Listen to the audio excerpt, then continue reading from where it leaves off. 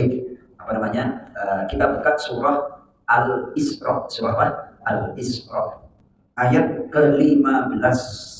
Cuma 2 baris kita baca bentar aja. Bismillahirrahmanirrahim. Man ihtada fa innama yahtadi li nafsi wa man dhalla fa innama yadhillu 'alaiha wa la taziru waziratu wizra ukhra wa ma kunna mu'adzibina hatta nab'atha rasula. Ini berbicara masalah petunjuk tasawuf. Silakan pelan-pelan aja terjemah bebas saja. Barang siapa berbuat sesuai dengan petunjuk Allah, maka sesungguhnya itu untuk keselamatan dirinya sendiri. Dan barang siapa tersesat, maka sesungguhnya kerugian itu bagi dirinya sendiri. Dan seorang yang berdosa tidak dapat memikul dosa orang lain, tetapi kami tidak akan menyiksa sebelum kami mengutus seorang Rasul. Jadi orang yang di pedalaman yang belum mendapatkan petunjuk informasi Islam tidak akan disiksa oleh Allah. Nah, masa sih pertanyaannya Mas Toto? Adakah sekarang orang non-muslim yang pakat jadi ke gereja terus gak pernah tengok sono tengok sini, terus gak pernah nonton YouTube kira-kira ada apa enggak? Pertanyaannya sih boleh-boleh aja yang diajukan oleh Mas Toto. Masa gak pernah mendengar tentang informasi Islam?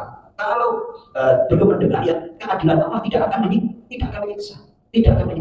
Sama halnya dengan kita, mungkin ada sebagian dari kita yang begitu melihat ada ajaran non-Islam, kita nggak mau tahu, nggak mau lihat, nggak mau berlama-lama untuk melihat, nggak mau berlama-lama untuk mempelajari dan sebagainya. Mungkin sama dengan mereka juga, dia tahu ada pengajian, tapi no, nggak, gue nggak ikutan, gue nggak mau tahu, gue nggak mau lihat, gue nggak mau dengar, gue nggak mau pelajari segala macam. Itu kan, ya dia menutup mata karena keimanannya sebetulnya. Ya, karena keyakinannya terhadap apa ya? Diyakini. Maka dari itu, keyakinan itu kalau di dalam Al-Quran itu harus dilandasi dengan ilmu sebagaimana disyarat dalam surah Al-Takatsur, kalla law ta'lamuna ilmal yakin. Ilmu dulu baru yakin. Jangan meyakini sesuatu tanpa ada landasan ilmu. Nah, kurang lebih demikian. Terus seorang berdosa tidak akan memikul dosa orang lain. Saya akhirnya nonton Syekh Ahmad Didat itu, Mas Toto. Ada pertanyaan dari seorang pendeta bla bla bla bla. Terus akhirnya kayak gini.